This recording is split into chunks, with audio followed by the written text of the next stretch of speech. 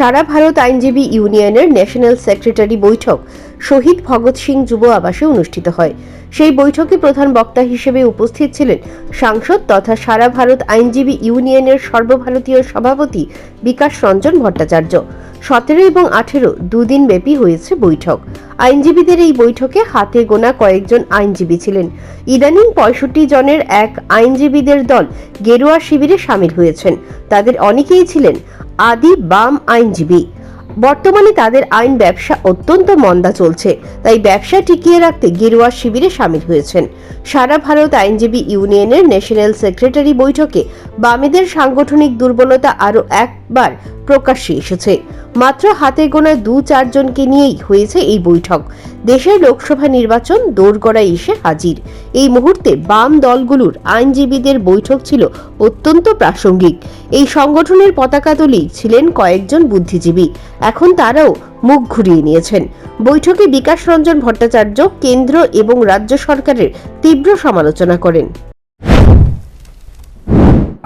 15ই August যে ভারতবর্ষে আমরা জন্মেছি সেই ভারতবর্ষ কিন্তু ধর্মের তত্ত্বকে গ্রহণ করে।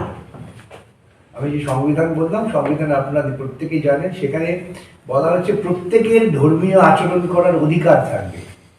কোথাও বলা নেই যে রাষ্ট্র ধর্ম আচরণ করবে। আর আমরা এখন দেখতে পাচ্ছি রাষ্ট্র ধর্ম আচরণ করার চেষ্টা করছি, যেটাই বিপজ্জনক দিক, এবং এর ফলে বিভাজন হতেই পারে। আজকে মণিপুরে কি সাংঘাতিক অবস্থা, আমি মণিপুরে গিয়েছিলাম, একদিকে খ্রিস্টান একদিকে অখ্রিস্টান, এর মারামারি লেগে গেছে। দুপুরে আজও সকালে দেখলাম মণিপুরে খুন হয়েছে। অর্থাৎ ভারতবর্ষের প্রধানমন্ত্রী সেখানে একবারও গেলেন না। ওরা এই তত্ত্বটা খারাপ করেছিল, ওখানে দুটো তত্ত্বটা ব্যবহার করছে, যে মণিপুর থেকে আমার নিজের অভিজ্ঞতা হয়েছে। একটা হচ্ছে ধর্মীয় বিদ্বেষ, আর একটা হচ্ছে অনুপ্রবেশকারী। অনুপ্রবেশকারী এই কথা বলে তারা কিছু এই একদল মানুষের সঙ্গে একদল মানুষের ঝগড়া লাগিয়ে দিচ্ছে। এত বড় পৃথিবীতে কে কোথায় অনুপ্রবেশকারী? এখন তো পৃথিবী আরো এক জায়গায় অ্যাসিমিলেট করার চেষ্টা করছে, কোনো বাঁধন থাকবে না, সমস্ত মানুষ এক হবে। দেখবেন এই নির্বাচন আসছে, এখনই ওরা সিএনআরসির কথা বলছে। কেন কথা বলছে? উত্তর পূর্বাঞ্চলে কাঠামো সৃষ্টি করার জন্য।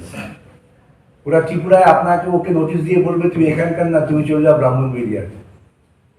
তো 50 ভোটের কি নথি আছে বার করে? কার নথি থাকবে? কে বাড়বে? তাহলে বোঝা যাচ্ছে রাজনীতি করতে গিয়ে সংবিধানটা মানা হচ্ছে না, সংবিধান ধ্বংস করছে, রাজনীতি করতে গিয়ে মানুষের মধ্যে বিভাজন করছে, এবং মানুষকে বিভাজিত করে দাঙ্গার মধ্য দিয়ে একদল মানুষকে ভয় পাইয়ে দেওয়ার চেষ্টা করছে। এটাই হচ্ছে বিজেপি পরিকল্পনা।